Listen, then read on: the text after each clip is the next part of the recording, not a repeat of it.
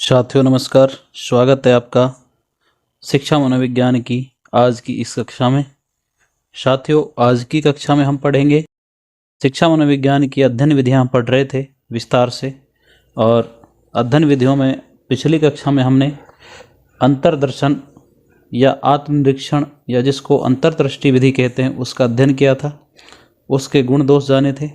आज हम पढ़ेंगे बहिर्दर्शन विधि, और बहिर्दर्शन विधि के हम सामान्य जानकारी, साथ ही बहिर्दर्शन के प्रकार, बहिर्दर्शन विधि के गुण दोष और शैक्षिक महत्व, इन सभी बिंदुओं पर हम चर्चा करेंगे। तो चलिए शुरू करते हैं आज की कक्षा। और अगर आप चैनल पर नए हैं तो चैनल को सब्सक्राइब जरूर करें। आपको इस चैनल पर शिक्षा मनोविज्ञान की संपूर्ण कक्षाएं निःशुल्क उपलब्ध रहेंगी। तो चलिए शुरू करते हैं आज की ये क्लास। सबसे पहले हम बात करते हैं बहिर्दर्शन विधि के बारे में। जो सामान्य जानकारी है वो क्या है। देखिए, बहिर्दर्शन यानी बाहर का दर्शन, बाहर देखना, अर्थात बाहर देखने को या बाहर निरीक्षण करने को बहिर्दर्शन यानी कि ये एक वस्तुनिष्ठ विधि है। ये कैसी विधि है? एक वस्तुनिष्ठ विधि है, यानी कि ऑब्जेक्टिव मेथड है। ठीक है, ये जो विधि है इस विधि को निरीक्षण विधि भी कहा जाता है। अब निरीक्षण विधि क्यों कहते हैं? क्योंकि व्यक्ति जो होता है वो इसमें दूसरे का निरीक्षण करके तथ्यपरक बातें निकाल करके फिर एक निष्कर्ष निकालता है। तो व्यक्ति जो होता है वो दूसरों का क्या करता है? इसमें निरीक्षण करता है। बहिर्दर्शन का मतलब बाहर देखना, अर्थात दूसरे का निरीक्षण करना। व्यक्ति दूसरे की जो मानसिक क्रियाएं हैं उनका अध्ययन करता है, उसके व्यवहार का अध्ययन करता है या उसका निरीक्षण करता है। ठीक है, यानी अब बहिर्दर्शन क्या है? जब व्यक्ति दूसरों के व्यवहार यानी दूसरों के व्यवहार या मानसिक क्रियाओं का निरीक्षण करके अपनी राय प्रस्तुत करता है, उसे बहिर्दर्शन विधि कहते हैं। यानी व्यक्ति दूसरों के व्यवहार को या दूसरों की मानसिक क्रियाओं का निरीक्षण करके अपनी राय प्रस्तुत करता है, उसे बहिर्दर्शन विधि कहते हैं। अब इस विधि में कैसे कैसे निरीक्षण करते हैं? तो देखिए, इस विधि में जब व्यक्ति निरीक्षण करता है तो निरीक्षण से जो प्राप्त तथ्य होते हैं उनको वो एक पुस्तिका में क्या कर लेता है? नोट डाउन कर लेता है, यानी उनको नोट कर लेता है, लिख लेता है। और फिर उन्हीं तथ्यों में से उन तथ्यों को जो काम के नहीं है उनको हटा देता है, और प्रयोजनपूर्ण जो तथ्य यानी जो काम के तथ्य हैं, जो प्रयोजनपूर्ण हैं, उनको चुना जाता है, जिनसे निष्कर्ष निकाला जा सकता है उनको चुनता है, और फिर उन्हीं तथ्यों के आधार पर क्या करते हैं? निष्कर्ष निकालते हैं। तो ये होती है बहिर्दर्शन विधि। यानी कि व्यक्ति दूसरे के व्यवहार का या दूसरे की मानसिक क्रियाओं का अध्ययन करता, निरीक्षण करता है, और निरीक्षण के दौरान वो जो उससे तथ्य प्राप्त होते हैं उनको पुस्तिका में लिख लेता है, और उसके बाद उसमें से जो प्रयोजनपूर्ण तथ्य होते हैं उनको चुन लेता है, और उन्हीं प्रयोजनपूर्ण तथ्यों के आधार पर क्या निकालता है? निष्कर्ष निकाला जाता है। ये बहिर्दर्शन विधि होती है। अब इस विधि में क्या होता है कि निरीक्षण और परीक्षण दोनों ही विधियों को अपनाया जाता है। यानी व्यक्ति निरीक्षण भी करता है और परीक्षण भी करता है, क्योंकि दूसरे के व्यवहार का अध्ययन, दूसरे के व्यवहार का निरीक्षण करना है, फिर उसका परीक्षण करना है। ठीक है, तो निरीक्षण और परीक्षण दोनों ही विधियों को इसके अंतर्गत अपनाया जाता है। तो साथियों, ये बहिर्दर्शन विधि है। यानी कि एक व्यक्ति द्वारा दूसरे व्यक्ति के व्यवहार का या मानसिक क्रियाओं का निरीक्षण किया जाता है। निरीक्षण के दौरान जो तथ्य प्राप्त होते हैं उनको वो कॉपी में नोट डाउन करता है, और फिर प्रयोजनपूर्ण तथ्यों के आधार पर एक निष्कर्ष निकालता है। ये होती है बहिर्दर्शन विधि, और इस विधि में निरीक्षण और परीक्षण दोनों ही विधियों को अपनाया जाता है। तो साथियों, अब हम बात करते हैं बहिर्दर्शन के प्रकार की। तो देखिए, बहिर्दर्शन के दो प्रकार होते हैं। यानी बहिर्दर्शन जो है वो क्या है? दो प्रकार का है। एक औपचारिक बहिर्दर्शन और एक अनौपचारिक बहिर्दर्शन। अब औपचारिक बहिर्दर्शन कौन सा है और अनौपचारिक बहिर्दर्शन कौन सा होता है? तो देखिए, औपचारिक बहिर्दर्शन का मतलब क्या है?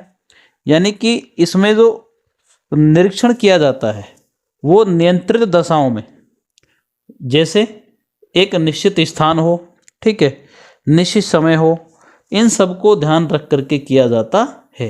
वो होता है औपचारिक बहिर्दर्शन। जैसे कोई अध्यापक किसी बालक का निरीक्षण करे, मान लो स्कूल के दायरे में करे, विद्यालय के दायरे में करे, तो वो क्या है, औपचारिक बहिर्दर्शन है। क्योंकि वो एक निश्चित स्थान है, वहाँ पर नियंत्रित दशाएं हैं, निश्चित समय है, तो वो औपचारिक बहिर्दर्शन कहलाता है। लेकिन अनौपचारिक बहिर्दर्शन क्या होता है, वो उसके ठीक उल्टा है, अर्थात ये अनियंत्रित दशाओं में किया जाता है। ये कैसी दशाओं में, यानी कि जब अनियंत्रित दशाएं हों। अनियंत्रित दशाओं का मतलब होता है कि इसमें जैसे बालक का निरीक्षण करना है, मान लो अपन को, तो कक्षा से बाहर मान लो, या विद्यालय समय के पश्चात मान लीजिए, अगर हम इस प्रकार निरीक्षण करते हैं तो फिर वो कैसा होता है, अनौपचारिक निरीक्षण होता है। तो साथियों, ये हैं बहिर्दर्शन के दो प्रकार, औपचारिक बहिर्दर्शन और अनौपचारिक बहिर्दर्शन। तो साथियों, अब हम आगे चलते हैं और आगे बढ़कर हम जानेंगे बहिर्दर्शन विधि के गुण क्या क्या होते हैं। साथियों, अब हम बात करते हैं बहिर्दर्शन विधि के गुण और दोषों की। तो सबसे पहले हम गुण या विशेषताएं पढ़ेंगे बहिर्दर्शन विधि की। तो देखिए, सबसे पहले विशेषता या गुण ये है कि ये जो विधि है बहुत सरल है। कैसी है, बिल्कुल सरल, यानी कोई भी व्यक्ति निरीक्षण इस विधि को अपना सकता है, अर्थात थोड़े से ही प्रशिक्षण के उपरांत इस विधि का कुशलतापूर्वक प्रयोग किया जा सकता है। ये बिल्कुल सरल विधि है। ये निष्पक्ष रूप से निरीक्षण करती है, यानी किस प्रकार से, निष्पक्ष रूप से, और विभिन्न परिस्थितियों में एक व्यक्ति या बालक का निरीक्षण किया जाता है। यानी ये जो विधि है अलग अलग परिस्थितियों में किसी का भी निरीक्षण करती है। और क्या गुण है इसके, यह है कि ये व्यक्तियों का ही नहीं बल्कि पशुओं के व्यवहार का भी निरीक्षण करती है। यानी कि इस विधि के द्वारा हम न केवल व्यक्तियों या बालकों के, बल्कि हम पशुओं के व्यवहार का निरीक्षण इसके द्वारा किया जा सकता है। और ये विधि बहुत अधिक विश्वसनीय भी है और वैध भी होती है। यानी इससे जो परिणाम प्राप्त होते हैं वो अधिक विश्वसनीय और वैध होते हैं।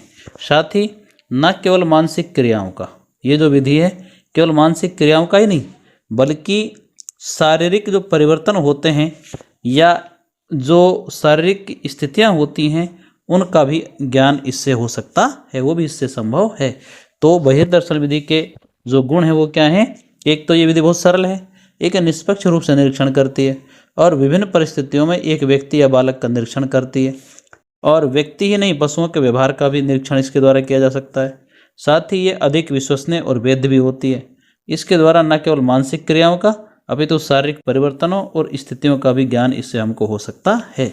तो ये बहिर्दर्शन विधि के क्या हैं, बहुत अच्छे अच्छे गुण हैं। अब वहीं जिस चीज़ के गुण है उसके कुछ दोष भी हो सकते हैं। तो देखिए, इस विधि के दोष क्या हैं। बहिर्दर्शन के दोष ये हैं कि जिस बालक का निरीक्षण किया जाता है, यानी कि मान लो अपन को किसी बालक का निरीक्षण करना है, तो क्या है कि वो जो बालक है वो पहले ही सचेत हो जाता है कि भाई आज मेरा क्या होगा, निरीक्षण होने वाला है। तो फिर वो सचेत हो जाएगा, और जो उसका व्यवहार होता है उसको सामान्य या स्वाभाविक रूप में प्रकट नहीं करता। यानी वो जैसा है वैसा नहीं दिखना चाहता बल्कि अच्छा दिखना चाहता है।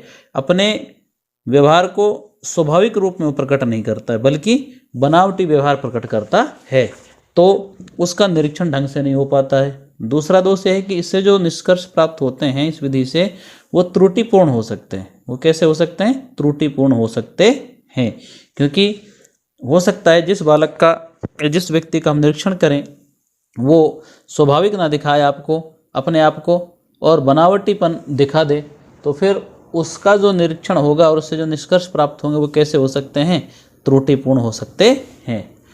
और जो असामान्य व्यक्ति होते हैं या जो दोषपूर्ण व्यक्ति होते हैं, जैसे विकलांग हैं, प्रतिभाशाली हैं, या फिर और उनमें कोई दोष है, ऐसे बालकों या ऐसे व्यक्तियों का निरीक्षण जो है वो सामान्य व्यक्ति के द्वारा संभव नहीं होता है। यानी उसके लिए बहुत ही प्रशिक्षित व्यक्ति की क्या होती है, आवश्यकता होती है।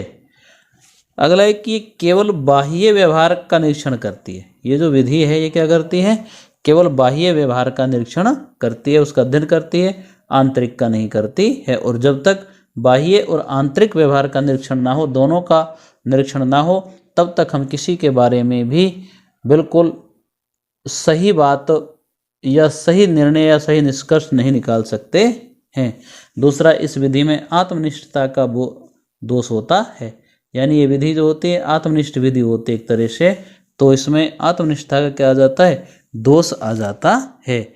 और इस विधि के द्वारा आप ये भी जानते हैं कि भाई जो इस विधि ये विधि जो है इसमें ये दोष होते हैं कि इस विधि का प्रयोग जिस समय हम करते हैं, जिस व्यक्ति पर करते हैं, तो वो अपने क्या व्यवहार को, जो वास्तविक व्यवहार है उसका क्या है, छिपा जाता है।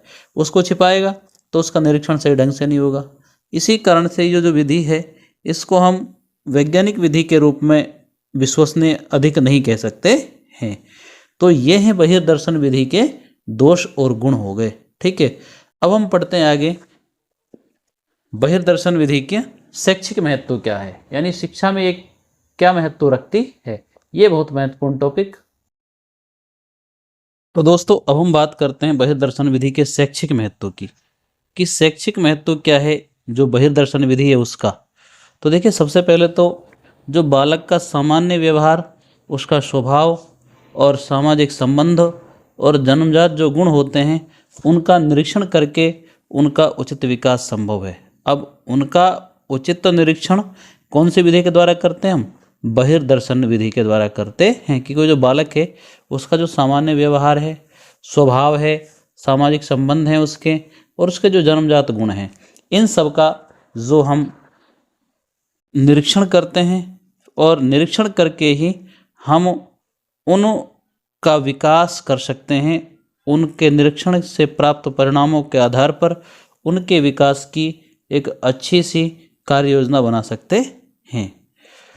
बालकों के अवांछनीय व्यवहार, इस विधि के द्वारा क्या हो जाता है कि हमें निरीक्षण के द्वारा पता लग गया कि किसी बालक का जो व्यवहार है, मान लो अवांछनीय यानी अच्छा व्यवहार इसका नहीं है, तो इस विधि के द्वारा उसका निरीक्षण करके हम पता लगा लेते हैं, और पता लगा करके फिर उसको हम दूर कर सकते हैं। बालकों का निरीक्षण करके उचित अध्यापन की व्यवस्था की जाती है, यानी कि बहिर्दर्शन विधि से ये जाना जाता है, निरीक्षण करके ये ज्ञात किया जाता है कि ये जो बालक हैं इनको किस प्रकार से अध्यापन कराया जाए ताकि ये अधिक से अधिक सीख सकें। शिशुओं और वयस्कों दोनों के व्यवहार का अवलोकन इस विधि के द्वारा किया जा सकता है, यानी कि बालकों का अवलोकन कर सकते हैं और वयस्कों का भी अवलोकन, यानी शिशुओं का और वयस्कों दोनों का ही अवलोकन हम कर सकते हैं। इस विधि के द्वारा क्या होता है कि व्यक्ति या समूह, इन सब का निरीक्षण एक ही समय में किया जा सकता है। जैसे मान लो किसी अध्यापक को बालकों, किसी एक बालक का या बालकों के समूह का कोई निरीक्षण करना है, तो वो एक ही समय में हम कर सकते हैं। इसलिए हमारा समय बच जाता है और उनका निरीक्षण भी हो जाता है। ये जो विधि है बालक के यथार्थ व्यवहार का अवलोकन करती है, यानी बालक जो कर रहा है, जैसा व्यवहार वो कर रहा है, उसका अवलोकन करती है। कौन सी विधि, बहिर्दर्शन विधि। तो साथियों, ये है शिक्षा मनोविज्ञान के अध्ययन विधियों में बहिर्दर्शन विधि, जिसका बहुत अधिक शैक्षिक महत्व है। तो साथियों, आज की कक्षा में इतना ही। मिलते हैं अगली कक्षा में, और अगली कक्षा में हम आपको पढ़ाएंगे प्रयोगात्मक विधि।